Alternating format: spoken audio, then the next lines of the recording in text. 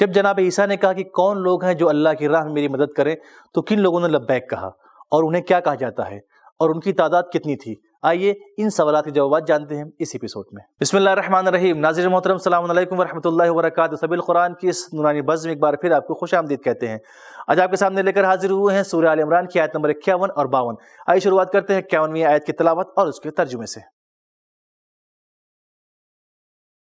کتاب انزلناه الیک مبارک لیدبروا آیاته ولیتذکر اولو الالباب۔ بسم اللہ الرحمن الرحیم۔ ان اللہ ربی وربکم فاعبدوه هذا صراط مستقیم۔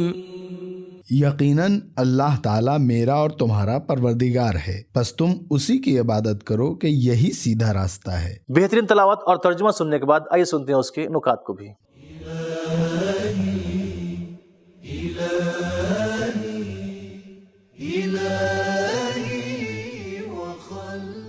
اس آیت میں کھلے عام اس دور کی بدلی ہوئی انجیل کے جس میں اللہ کو حضرت عیسیٰ کے باپ کے عنوان سے یاد کیا گیا ہے انکار کیا گیا ہے۔ قرآن مجید حضرت عیسیٰ کی زبانی ربی و ربکم کہہ رہا ہے تاکہ حضرت عیسیٰ کے بارے میں لوگوں کے اس غلط نظریے اور باطل دعووں کا انکار کیا جائے جو ان کے خدا ہونے سے متعلق رکھتے ہیں۔ قرآن مجید یہ بتانا چاہتا ہے کہ خداوند عالم حضرت عیسیٰ کا بھی اور دوسرے لوگوں کا بھی پروردگار ہے۔ حضرت عیسیٰ علیہ السلام اللہ کے بندے، مریم سلام اللہ علیہا کے بیٹے اور دوسرے عام لوگوں کی طرح طبعی ضروریات کے حامل ہیں۔ اب یہ بات طے ہو چکی ہے کہ راہ خدا اور اس کی بندگی کو اپنانا ہے جو کہ سیدھی راہ ہے اور اس میں کسی قسم کا ٹیڑھا پن نہیں ہے، جبکہ غیر اللہ کی راہیں لغزشوں اور محدودیتوں کی حامل ہیں اور طاغوت کی باطنی خواہشات کے تابع ہیں۔ 91ویں آیت کی تلاوت، ترجمہ اور نکات جان لینے کے بعد آئیے جانتے ہیں اہم پیغامات کو بھی۔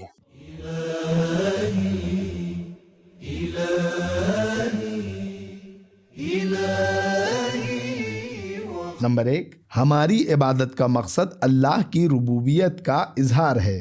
2، حضرت عیسیٰ علیہ السلام مخلوق خدا اور اس کے بندے ہونے کی حیثیت میں دوسرے عام لوگوں کی طرح ہیں۔ 3، اللہ تعالیٰ کی عبادت اور بندگی سعادت کا سیدھا راستہ ہے۔ آئیے سنتے ہیں اس ایپیسوڈ کی آخری آیت یعنی سورہ آل عمران کی 52ویں آیت تلاوت اور اس کے ترجمے کو۔ فلما احس عیسیٰ منہم الکفر قال من انصاری الی اللہ قال الحواریون نحن انصار اللہ آمنا باللہ واشہد بأننا مسلمون۔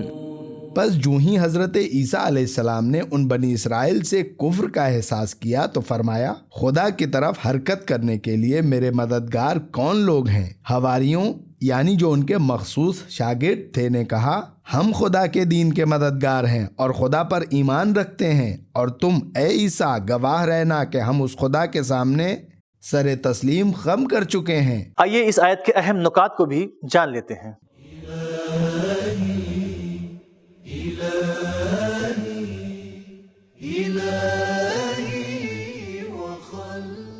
اس کے باوجود کہ بنی اسرائیل نے حضرت عیسیٰ علیہ السلام کو مردے زندہ کرتے اور بیماروں کو شفا دیتے ہوئے دیکھا، پھر بھی انہوں نے ہٹ دھرمی کی اور کفر کیا کرتے تھے۔ امام جعفر صادق علیہ السلام کے مطابق حضرت عیسیٰ ان لوگوں کی کفر آمیز باتوں کو سنا کرتے تھے۔ بحار الانوار جلد 14 صفحہ 373۔ حواریون جمع ہے حواری کی، جس کے معنی ہے راہ کو تبدیل کرنے والے۔ حواری وہ لوگ تھے جنہوں نے دوسرے لوگوں کے ٹیڑھے راستوں کو چھوڑ کر حق کی راہ کو اختیار کر لیا تھا۔ التحقیق فی کلمات القرآن۔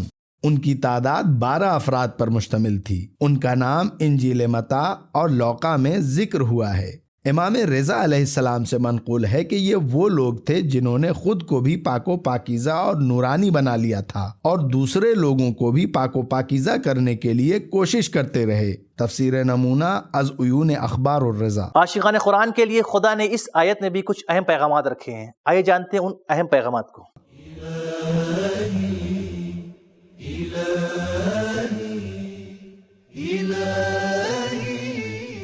نمبر 1، خطرے کے احساس کے موقع پر ہوشمندی اور ضروری رد عمل کا فوری اظہار رہبر کے شرائط میں شامل ہے۔ نمبر 2، حضرت عیسیٰ علیہ السلام پھونک مارتے تھے تو مردے زندہ ہو جاتے تھے اور پیدائشی اندھوں کو شفا حاصل ہو جاتی تھی، پھر بھی ہٹ دھرم لوگوں کے دلوں پر اس کا کوئی اثر نہ ہوا اور وہ کفر کو چھوڑ کر ایمان کی راہ اختیار نہیں کرتے تھے۔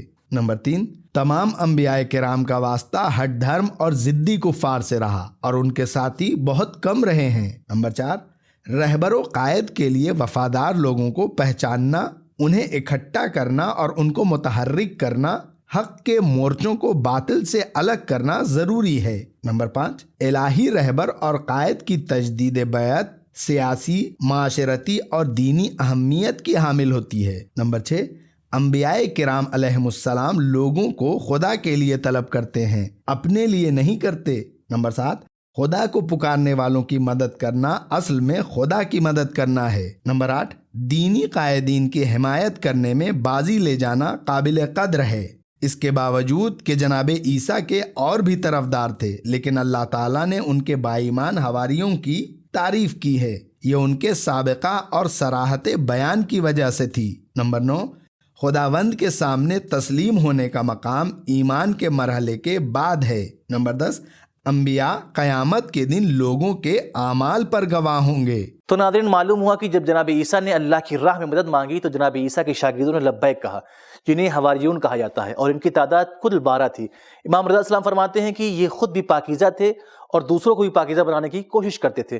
ہمارا آج کا ایپیسوڈ یہ ختم ہوا، ملتے ہیں اگلے ایپیسوڈ میں، تب تک کے لیے خدا حافظ۔ سبیل قرآن، قرآنی سماج کی پہچان۔